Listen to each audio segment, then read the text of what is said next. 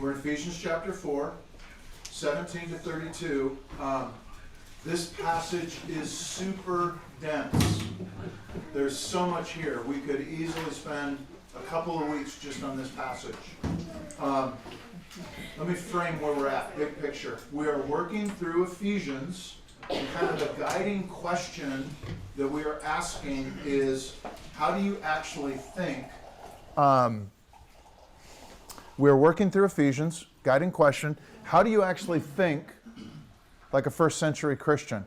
This passage literally is about how to do that. Look at verse 17. Don't walk as the Gentiles do in the futility of their minds. Down in verse 23, do be renewed in the spirit of your minds. Do you hear the thinking language there? Okay. So he's talking about thinking in this passage, but he's also talking about living. And I just want to point this out because it's really important. It's going to kind of frame last week, this week, and the next 3 weeks. The last 3 chapters of Ephesians practically explode with action items. Do, believe, think, act, like this. But the word that Paul says most, 5 times, walk. So last week, in the previous section, if you remember this, he said, walk in a manner worthy of the Lord. And we talked about that specifically. That means represent Jesus well. And it has to do with how Christians handle suffering. Okay, well, this week, when he says, don't walk like the Gentiles, okay, he's talking about thinking, and how we think inevitably influences how we live. So he's talking about thinking, but it has to do with how we live. And there's something about Christianity that when you understand a certain way of thinking, it causes you to live differently. Does that make sense? That's what we're going to talk about today. There is a kind of thinking that's unproductive. He uses the language of futile. Okay? So what I want to talk about, first of all, 1, the experience of futile thinking. What does it feel like? Number 2, the source of futile thinking. Where does it come from? But then he also talks about how to think like a Christian, and he uses the language of fruitfulness. So what is a vision, number 3, for fruitful thinking? What does that look like? And then 4, what's the secret for fruitful thinking? How do you put it on? So experience of futile thinking, source of futile thinking, vision for fruitful thinking, secret to fruitful thinking. Does that make sense? 4 points. That's what we're going to talk about. Holler if you have questions. Okay. Let's start with the experience of futile thinking. What does it feel like? And you might be saying, Christian, why are you starting with this question? What does it feel like? The answer is, Paul is painting with a very broad brush here. He's saying Gentiles, which are basically non-Jews, non-Christians, so think anybody who is non-Jewish in the ancient world would have been a Gentile. And he's saying Gentiles all have a futility to their thinking. All non-Christians, all Gentiles, have this way of thinking that is futile. No matter how hard they think, no matter how smart they are, no matter how well-intentioned they are, there is something about how they think that always comes short. It fails to produce the desired end. But Paul doesn't tell us what that thinking actually is, because he's talking to Gentiles who have become Christians, and he's assuming that they know it. Now listen, Paul doesn't say, here's the specific ideas that they're thinking. He's not saying that they all think the same thing, the same thoughts. Now, let me say it this way. If I said to you, all politicians think the same. Well, think about politicians in our country. You got a Texas Republican and a New York Democrat. If you're looking at just the ideas that they think, you might say they have nothing in common. But if you look at what motivates their thinking, in other words, I would say to you that most Democrats and most Republicans, what they'll tell you charitably is they are trying to represent their constituents. And what they mean is they're trying to get reelected. So there's a thinking behind all of their ideas. The ideas are very, very different, but it all comes from the same thing. I want to be elected. And they may have different intentions. Paul is saying the same thing about Gentiles. If you look at ancient, if you go to AI and say, what did Gentiles in the first century think? It's going to have a hard time with this one. Because they had all of these different thoughts, different philosophies. You've got Stoics, okay? You've got Platonists, you've got politicians. But he is saying there is something about all people that is actually fundamentally the same, and it's fundamentally futile. So rather than trying to just figure out what that thing is, here's what I want you to do is start by saying, what does that futile thinking that he describes look like? And what you see, look down at verse 18. He describes kind of the effects of futile thinking. They are darkened in their understanding. In other words, the world just doesn't make sense. It never seems to go according to plan. The future feels cloudy. Now, how many of us can relate with that? Okay. They are alienated from the life of God. In other words, they're seeking life. They're chasing life. Some of them are chasing the divine. They're willing to give themselves to pursue, to explore, to try all sorts of things that people like the Jews, very religious, wouldn't. But even so, they're not any happier. Life and the divine feel distant. It feels elusive. How many of us can relate to that? In the same way, he says, there's an ignorance that is in them. Now, this is harder. We are rarely aware of our own ignorance. Most of us are blind to it because it's hard to see. But there is a place where we see it. Do you know where it is? It's in the rearview mirror. Hindsight. How many of you look back and go, I was so clueless in my 20s? And then you get to your 30s, or you get to your 40s, and you're like, I was clueless in my 30s. And some of us are in our 50s, and we're like, you know what? I was pretty clueless even through my 40s. And maybe I'm still clueless. What I'm getting at here is, what they're experiencing is a darkness. Life doesn't make sense. They're experiencing alienation. God feels far. They're experiencing ignorance about how clueless they are.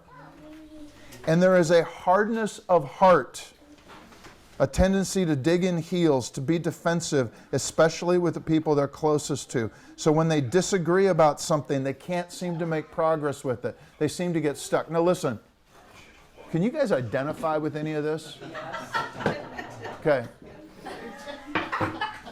Because this is actually, when he says Gentile way of thinking, what Paul is really saying, this is a human way of thinking. And he's saying, we humans have a natural way of thinking where this is what we experience, and it leads us to futility, and he's actually saying there is an alternative to that. All right?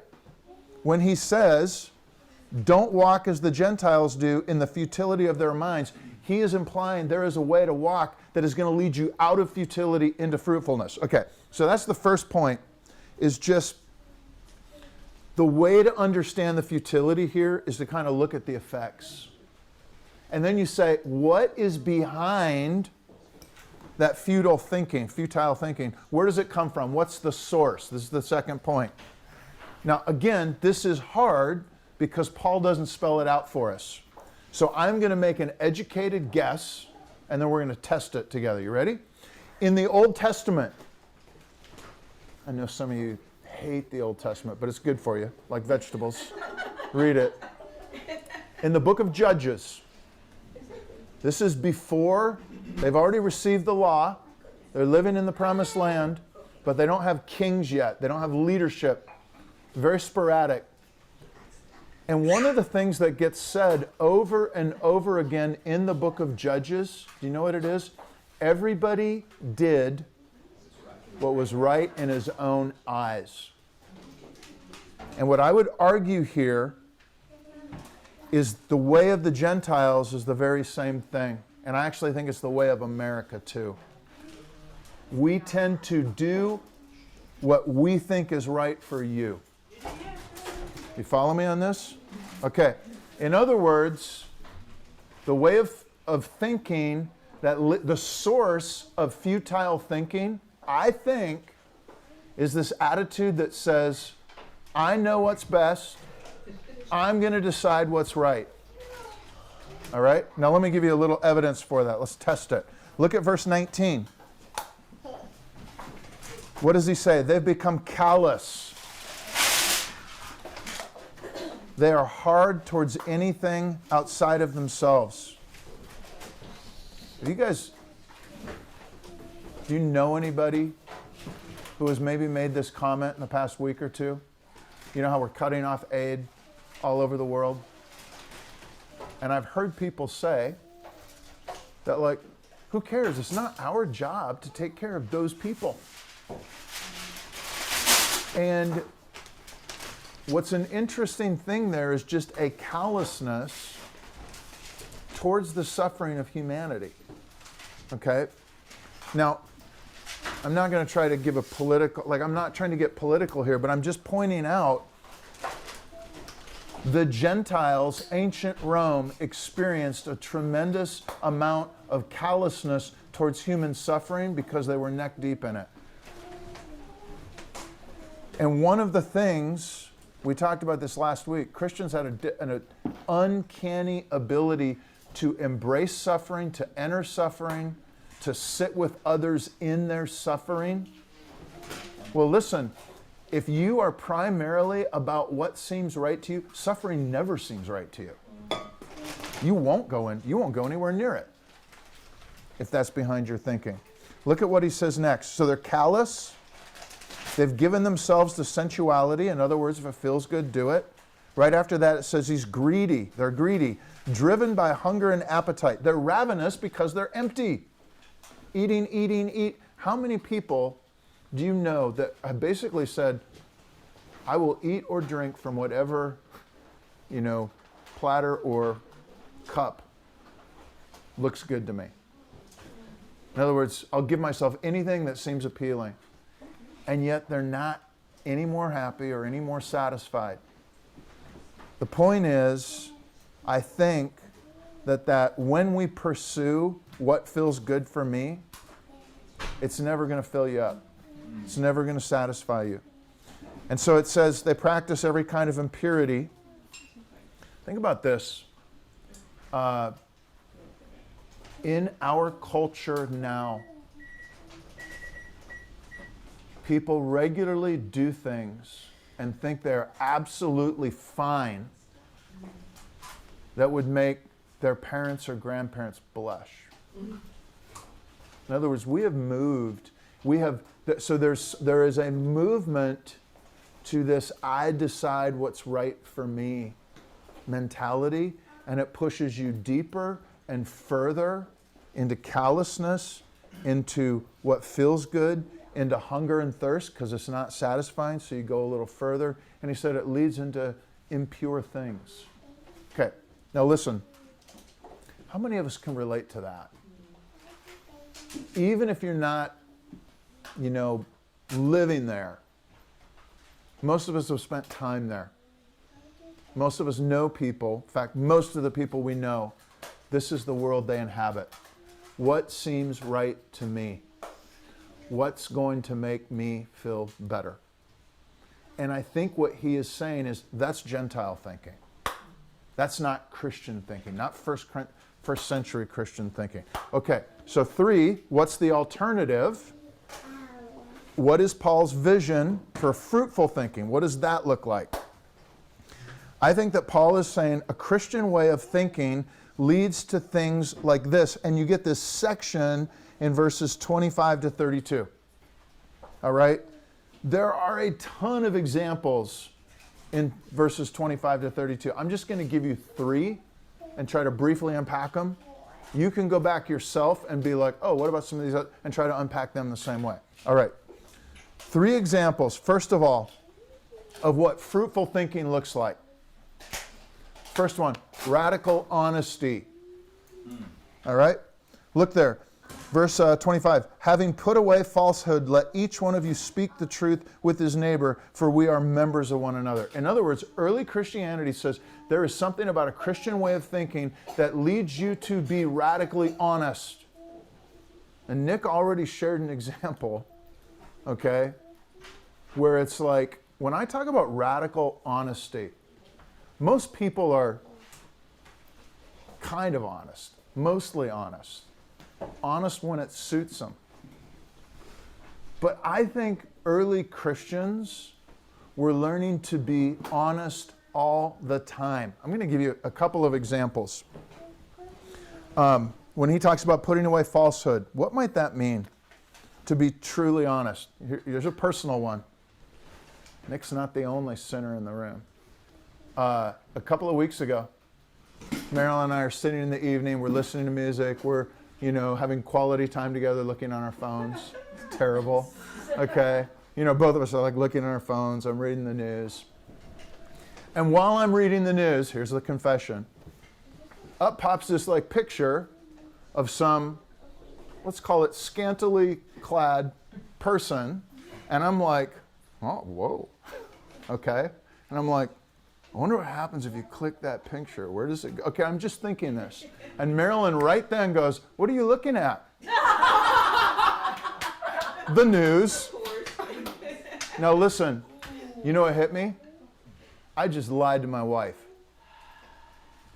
Now, I hadn't gone down the rabbit trail, but I was sitting there in my mind, imagining what it might be like to go down the rabbit trail and see where this click leads to this click to this. What I'm getting at is I had to stop and go. It was the next morning. I woke up and I'm like, Marilyn, I need to talk to you. I lied to you yesterday. Now listen, you know how much it sucks to be a wife that has a husband that's this honest? Yes. But I'd be willing to bet Marilyn would rather have that husband than one that's less honest. And what it does, on the one hand, do you know how much it sucks to have to tell that example as your pastor? Because I want you to actually think decently of me. And the reality is, none of us is really very decent. We all have indecency. Okay? And what I'm getting at is we live in a culture that has largely influenced our church, and we don't think it's that important to be that honest. In fact, I've had people in churches say to me, Christian, you're too honest as a pastor. We need somebody that we can look up to. You need to be less honest. And I actually think the early church would say, no, we need to learn how to be radically honest. And what it does is it makes you more vulnerable, but it actually gives you better relationship. So I would say that my honesty with Marilyn gives us a much deeper relationship, and she knows that there are no secrets. Well, there can only be no secrets if there are no secrets. And what that means is every time you catch yourself, you're like, oh my gosh, let's talk about it. Now listen, that's one example. Honesty at work. You've already mentioned this, Nick. Most people, when you're at work, you figure out fairly quickly that your boss likes it if you're honest. Okay, but what about the times when being honest isn't going to do you any credit? And the early Christians actually said, you know what? I'm going to be honest when it does do me credit, and I'm going to be honest even when it doesn't do me credit. That was different. Not just a little honest, always honest. Truthful. It's a radical honesty and authenticity that is different from the world's way of doing things. Okay, let me give you one more example. How many of you are honest with your friends? How many of us have friends? Are you willing to actually tell friends things that they don't want to hear, or you'd rather not say? What if you got a friend that eats too much, or drinks too much, or makes bad decisions? Okay? Will you be the friend that actually tells them that? Most of us, we have a pretty easy time telling our friends things that they want to hear. And they tell us things that we want to hear. And we are living we are not deeply friends. Real friendship can only happen when you can start to be deeply, deeply honest. And you know it's safe to sit down and go, hey, there's something you're doing that really bothers me, or I don't think it's good for you. Or the person can be like, well, actually, there's something you're doing that bothers me. And you can talk through it. And even if you don't agree, you start to go like, wow, I actually know this person better. What I'm getting at is when it comes to, I think that is the Bible's vision for honesty. A lot of transparency, a lot of letting people, so just ask yourself, am I somebody who's transparent and honest all the time, or do I curate what everybody sees? Okay, so that's the first thing. Second thing, look at verse 28. This has to do with radical work. Paul says in verse 28, let the thief no longer steal, but rather labor, learning to do honest work with his own two hands, so that he might have something to share with anyone in need. Why does somebody steal? It's probably a lot of reasons, but I would throw out a couple. One is, it's easier than working for it. It's cheaper. Maybe it's fun. There's a thrill of it. Maybe your friends do it, whatever. But the point is, most people, why does somebody stop stealing? I suspect, okay, why does somebody stop stealing and start working? I suspect that is because eventually you realize that sooner or later you're going to get caught. And even when I say the word realize, do you hear the thinking language? In other words, your brain starts to go, if I continue to do this, I'm going to get caught. And so what often happens is somebody like, you know what? It'll be less costly for me to just work hard, get a job, do the right thing, and then I can make the money to buy whatever it was I was thinking about stealing. So they move from stealing to working. But listen, in both of those scenarios that I just gave you, what's the motive behind stealing? Me. What's the motive behind most people's working? Me. It's the exact same thinking. It's just, how do I get it in a way that's less costly? The Christians had a different way of working. What is the motive behind the Christian vision of work that Paul is promoting? The motive is, I think, God, Jesus. Having something to share. What'd you say? It says having something to share. Having something to share. Listen, I represent Jesus. He never steals. Okay? But I also care about my neighbor. And so I'm actually going to work hard. My working is not going to be so that I can get. It is going to be so that I can give, so I can help not just my friends, anyone in need. Neighbors. And you look at that and go, dude, that's radical. How many Christians in America actually practice this? Not very many. Do you know what Christians in America, like when they do the Pew Foundation or whatever, they look at charitable giving? Christians in America, how much are Christians in America, supposed to give? 10%, right? The tithe, the tenth. What'd you say? 2%. It's 2%. You know what pagans give? Like 1%. So Christians are like, we are twice as generous as pagans. And it's like, no. What Jesus is calling for, I think, is not just 10%. It's like, I'm going to have a whole new way of working where I am actually trying to create a surplus, not to go to me, but so I can give stuff away. That's radical, okay? That is a completely different way of thinking. So, radical honesty, radical new approach to work. Let me give you one more. Look down at verse 31 and 32. Let all bitterness, wrath, anger, clamor, slander be put away from you, along with all malice. Be kind to one another, tender-hearted, forgiving one another as God in Christ forgave you. Be kind, tender-hearted, forgiving. Christians practiced radical forgiveness. The first century Christians were famous for their forgiving. please hear me when I say this. I'm not saying that they still didn't have their squabbles, their scuffles, their fights, their disagreements. You read the New Testament, you're like, oh, they had plenty. You read church history, and you're like, man, they had plenty. But the point is, it happened, and Christians regularly put great grievances and wrongs behind them for the sake of accepting people.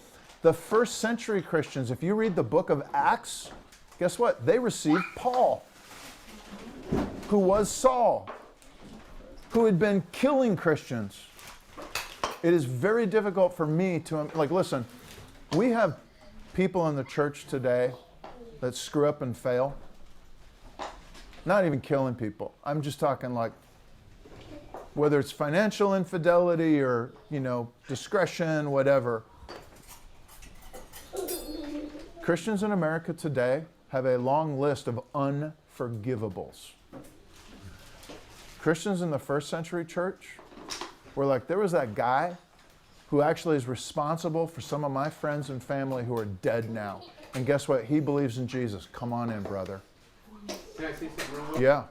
When you said about Acts and accepting Paul, some of those Christians there accepting Paul had to have also been a witness to Stephen's stoning. Yep. And to radically forgive Paul when you saw him basically authorize, for all intents and purposes, authorize Stephen's martyrdom, and then to accept him, holy shit, that's radical forgiveness. Paul says later, not even then, he says, when we were voting to put people to death, I was casting my votes to execute people, not just Stephen, but others. And what we need to, the early church can forgive Paul. And listen, all Paul's friends desert him. 2 Corinthians 4, he says, everybody, when I was first imprisoned, everybody deserted me, and he said, may it not be held against them. Listen, if I was Paul, I'd be like, Jesus, those fuckers ran out on me. Would you get them? You see what I'm saying? And it's like, oh. Now listen, what is the mindset that produces this kind of living? Radical honesty, radical work, radical forgiveness. I would say this, if you could do just those three things, the way we're talking about, be a radically honest person, a radical worker, start working differently, where one of your major goals is to utilize all of your excess, not to pad your nest egg, but to bless people in need. If you could be a great forgiver when people wronged you, continue to work, forgive and to keep working with them. I think that most of the people you know, Christian or non-Christian alike, would go, you are an incredible friend. They would we want to be friends with people like that. But how do you actually do it? Okay? It's not like we lack knowledge. Oh, I had no idea I was supposed to be honest. Okay? Oh, I had no idea I was supposed to give. Oh, I had no idea I was supposed to forgive. Oh, I had no idea I was supposed to pray for my enemies and bless those who persecute. You see what I'm saying? So it's not a lack of knowledge. And I think it's also not simply a lack of effort, although doing this will require some effort. And it's not even simply oh, I need to have Jesus as my example. He will be your example, but it's more than that. So this gets us into the fourth point. What is the secret source to Christian thinking? What is the thing that produces this kind of fruit that Paul is telling them, I want you to walk in this? And it has everything to do with this phrase, put on. So if you look at verse 22, 23, 24, what you're going to see is Paul says, I want you to put off your old self, which belongs to your former manner of life and is corrupt through deceitful desires. I want you to be renewed in the spirit of your minds and to put on your new self, created after the likeness of God in true righteousness and holiness. Okay. Put off. What are you supposed to put off? The old self. Okay, literally, there's a footnote there. If you jump down to the footnote, what does it say? What's the literal, put off your old man. Okay, which is an interesting way of saying it. Paul is saying, put off your old man. In other words, Christian thinking starts with some kind of repudiation where you actually say, I'm not going to rely on blank, and I think blank is the self. Okay, what seems right to me. So I'm going to put something off, this what seems right to me. I am going to experience some kind of renewal thing. It's either in the Spirit or by the Spirit. It can kind of be translated both of those ways. This seems to be very similar to what Jesus says in John chapter 3. You need to be spiritually reborn. And that happens, drawing from John and other places, by shifting your faith and allegiance to Jesus. So you put off something, self. You experience some kind of renewal that has to do with faith and allegiance in Jesus. And then it says, put on what? New self. But again, what's the word for self? Man. New man. Okay. And if you read it this way, so here's what I want you to hear. If you read it the way they translate it, which is, it's okay to translate it this way. Put off your old self, put off your new self. Put on the new self. What it sounds like is turning over a new leaf. So I'm saying, stop doing these things, get some spiritual renewal, start doing these things. Become a new and improved version of me. Okay, and what we tend to think, if that's the case, is that what does the producing, or let me say it this way. We think that doing is what does the producing. If I put on these new things, that's going to produce fruit. Okay, but if that were the case, where would our hope still lie? Self. Okay. And anyone who has tried to manufacture a new self, you have any experience in this, Nick? It's tough, isn't it? Doesn't work so well, does it? I tried quitting, when I first started coming here like 4 years ago, I always knew I could quit smoking cigarettes, but for the whole first 3 years, I was like, I just need to buckle down and do it. And finally one day I had to tell Jesus, like, I came to realize that trying to tell God, I want you to stop me from smoking, or telling myself, you need to, or asking God, either take this desire away or like help me do something. But really but when I finally prayed, like, I want this to stop and I am powerless against it and I don't know what to do. And then when I saw like the depth of brokenness and like what it was going to cost me, when you asked me, are you willing, like, when after the conversation we had, and when it was like, what am I willing to lose for cigarettes? I'm like, I don't want to lose. I could lose my house. I could lose my kid for cigarettes. Like, that's insane. So, yeah. Okay, now listen. This is a great segue. What I'd like you to think about for just a second is go back to the alternate translation, the literal translation. When he says, put off the old man, I still think that means kind of the spirit of humanity, which is we do what's right to us. But when he says, instead, put on the new man, created after the likeness of God in true righteousness and holiness. What does that sound like when you read it that way? Put on Jesus. Okay? In other words, do you follow that there? In other words, Jesus is the one who was created in the image of God from before the foundation. I actually wasn't created, but the point is, Jesus is in the ultimate image of God. He's got true righteousness and holiness, and I think what he is saying is, you actually need to stop doing this self thing, and you need to start putting on Jesus. And what I want to try to show you is what might that look like. First century Christians thought differently. Okay, how did they put on Jesus? Go back to the list of action items for just a second. You think about radical honesty. If you start by going, I need to put on Jesus, how did Jesus tell us the truth? Well, it was massive affirmation. He's like, God loves the whole world, all of humanity, John 3. But there was also massive truthfulness. I'm the way, the truth, the life. Nobody comes to the Father but through me, John 14. In other words, Jesus comes and he meets people where they are. He says God absolutely loves them. Very, very comforting. But he's like, guys, you got a problem. Nicodemus, you don't even know God. You need to be spiritually reborn. So there's this thing where that starts with Jesus. Man, I need Jesus to tell me the truth, like he did to them. And what you see is for first century Christians, the central motivating truth for them has shifted from a concept or an idea or a principle to a person.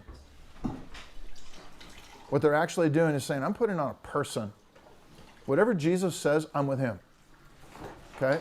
And that is really different, because there may be some things where you're like, man, I'd really like to do this, but you know what? If Jesus walks through the door and he says it's like this, we live in a culture that says, I'm really interested in following Jesus. If he walks through the door, as long as he says X, Y, and Z, okay, I'll follow him. What's your real allegiance to? X, Y, and Z. First century Christians said, you know what? I just want to follow Jesus. And if he says A, B, C, D, X, Y, Z, okay, I'm with Jesus. If he says homosexuality is wrong, I'm with Jesus. If he says, you guys, you misunderstood, homosexuality is okay. Okay, I'm with Jesus. Do you see the difference there? So listen, starts with the idea that Jesus is the ultimate truth and the ultimate truth teller, and that he actually wants to tell me truth. And they put that on. Second thing, what about radical sharing? Well, listen, how did Jesus share? Jesus came in the flesh, and he learns to work with his own two hands. Do you remember what he does for 20-some years? Carpenter. Instead of a callous heart, he's got callous hands. Okay? For first century Christians, the hope is not that they can somehow, oh, this is what Jesus did, so I'm going to go do the same things. They're like, Jesus came and worked. He did something, and he shares it with me. Oh my goodness. Therefore, I'm going to come and work and share it with others. But that only happens if you actually think that what Jesus came and did was not just show us the way, but be the way for us. And invite us into relationship with him and say, I'm going to share everything, including righteousness. And I'm going to take everything, like your sin. And that gets to the third thing, radical forgiveness. What does Jesus do? He forgives his friends when they abandon him. What does Jesus do? He prays for his enemies. On the cross, Father, forgive them. They don't know what they're doing. Well, listen, if Jesus could do that and Jesus could forgive me, because I've been forgiven, that's going to make me want to forgive others. All of those things are operating out of an encounter, not with an idea, but with a real live person. This is why Christianity insists that Jesus rose from the dead. And what we actually need more than anything is to connect with this person. At the heart of Christian thinking, there is a focus on what Christ has done. There is a deep appreciation for it. There is a desire to emulate it, not to gain something, because we think that Jesus gives freely, but simply because we find it beautiful and him beautiful. And when we do that, there is an encounter with the resurrected Jesus. I'm going to give you one verse and we're going to end with this. John 14:23. Jesus says, anyone who loves me, he will keep my word. And my Father will love him, and we will come to him and make our home with him. Christians actually believe that when they gave their allegiance and their affection to Jesus, and they started trying to emulate Jesus, not to try to earn their righteousness, but simply because they're so amazed at Jesus that he actually shares not just his righteousness, but his presence. And that is what made first century Christians so different. They actually, at the heart of their thinking, there was this idea of an encounter. Yeah, Malachi. So we were talking about this on Thursday night in our group. Revelations 2 is actually a letter to the church at Ephesus. Yeah. And Paul says, hey, you're doing all these things that are great, but you've forgotten your first First love. right? And he says, return to the works you did at first. And so we're like, what's the works did we do? And we've got a letter to the Ephesians. And so we're going back and looking at this. And when you're talking about being motivated out of love of Jesus, is like all of these works motivated out of your first love. Yeah. Because as you build, if you switch your life this way, you kind of, we've experienced this, you get into a rhythm where it just becomes pretty easy to do. Yeah.